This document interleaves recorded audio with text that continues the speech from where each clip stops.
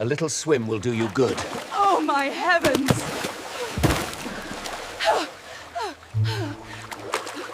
You think you're better than us? The billionaire sneered. The maid trembled as he shoved her into the shimmering pool behind him, the one rumored to be filled with flesh-eating fish. Everyone screamed, but minutes later, it was the billionaire who was on his knees, begging for mercy. There are mansions that shine brighter than palaces, but inside them, darkness often wears a tuxedo. Victor Langston's mansion was one of them. He had everything: fortune, fame, and fear in the eyes of everyone. Who worked for him? People didn't serve him because they respected him. They served because they were scared, all except one. Her name was Rosa Bennett. Rosa was in her late 50s. Her hair streaked with silver. Her voice soft but firm. She'd worked for the Langston family for years. Every morning, she came before sunrise, humming gospel songs, while polishing marble floors that reflected everything except kindness. Victor's guests often mocked her behind her back, but she never responded. She just smiled, whispered, "God bless," and kept working. That quiet dignity, that was what Victor hated most, because deep down, her peace made his power feel small. It happened on a warm summer evening. Victor was throwing one of his famous pool parties, the kind where champagne flowed like rivers and egos floated thicker than air. Dozens of wealthy friends filled the backyard, laughing, bragging, pretending to care about charity. And there, under the glow of lanterns, Rosa carried trays of drinks, moving quietly between them. She didn't fit the scene, her uniform simple, her hands trembling from exhaustion, but her eyes carried a calmness that unsettled everyone who saw it. "Hey, Victor," one guest called out, laughing. "You still keep that old maid around?" "I'd have replaced her years ago." Victor smirked, glass in hand. "She's stubborn," he said. "Thinks she's too good for my orders sometimes." The crowd chuckled. Then one man, smirking, said, "Teach her a lesson tonight. You've got that crazy fish pond, don't you?" Victor grinned, drunk on arrogance and attention. He pointed toward the shimmering pool in the center of the yard. "Those aren't just koi," he bragged. "Imported piranhas, the most aggressive species in the world. Cost me a fortune." Gasps and laughter filled the air. The rumor spread through the crowd like fire. Moments later, Rosa came out with another tray of champagne glasses. As she passed Victor, a glass slipped and shattered on the marble. The crowd went silent. Rosa gasped, instantly apologizing. "I'm so sorry, sir." "I'll clean it." Victor's eyes turned sharp. "You just ruined a $2,000 bottle. It was an accident, sir. Accidents don't exist in my house." He snapped. The laughter around him stoked his pride and pride. That's what destroys powerful men faster than failure. Victor's voice boomed across the yard. "You want to play careful? Let's see how careful you are around my fish." He grabbed her arm. The guests froze. Some laughed nervously. Others whispered. Rosa struggled, terrified but silent, and then he pushed her. She hit the water with a cry. The pool lit up under the surface, shadows swirling below. Guests screamed, stepping back. Some pulled out their phones. Others just stared. But as Rosa surfaced, gasping, something unexpected happened. The water was still. No frenzy, no blood. She clung to the pool edge, trembling, coughing, but alive, and that's when they all saw it. Dozens of small, harmless silverfish darting beneath the surface. Not piranhas at all, but tiny decorative species. Harmless and beautiful. The crowd began to murmur. The rumor had been a lie. Victor's piranhas were a performance. Nothing more but his cruelty. That was real. Rosa slowly pulled herself out of the pool. Her uniform clung to her, dripping under the patio lights.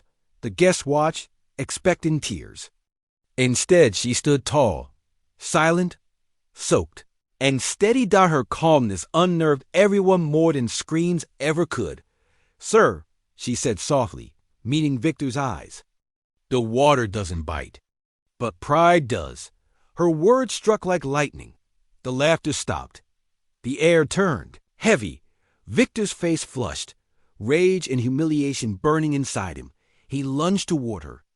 But before he could speak, someone shouted, "Victor! Your hand." The real danger. Victor froze. He looked down. Tiny red marks bloomed across his wrist, then his arm. One of the guests screamed, "The fish, they're attacking him." He stumbled back, slipping near the pool's edge.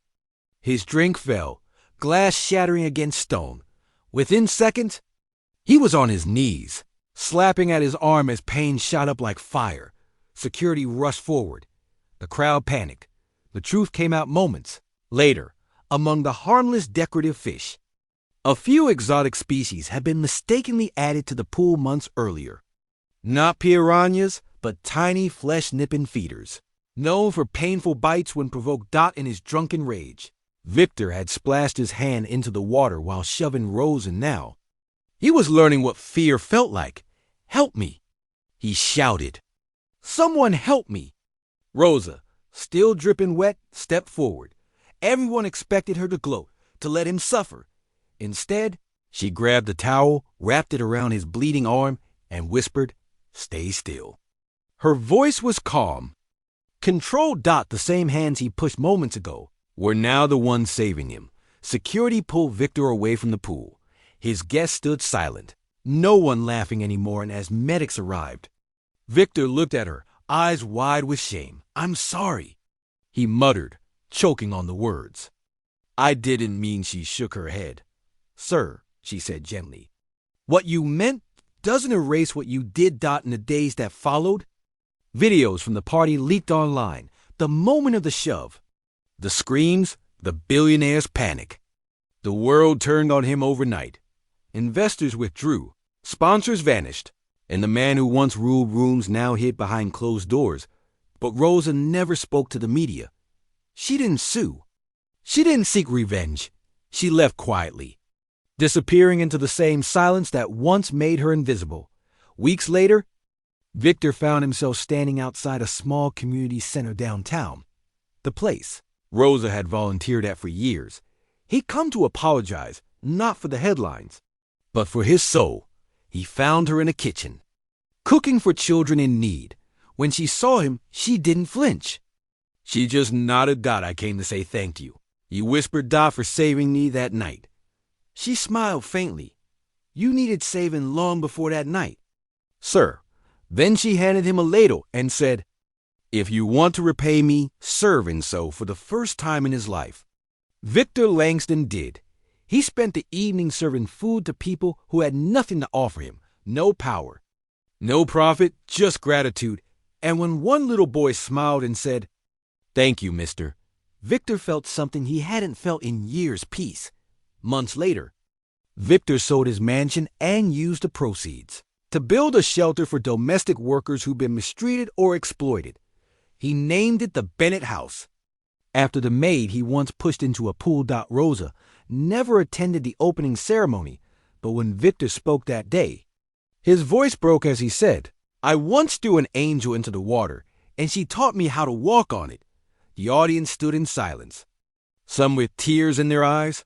Wealth can make you powerful, but only humility can make you human. Never mistake silence for weakness or kindness for surrender, because sometimes the people you look down on are the ones holding you up. If this story moved you, share it. Tell us where you're watching from. Subscribe for more cinematic stories that remind the world that true strength lives in compassion, not in cruelty.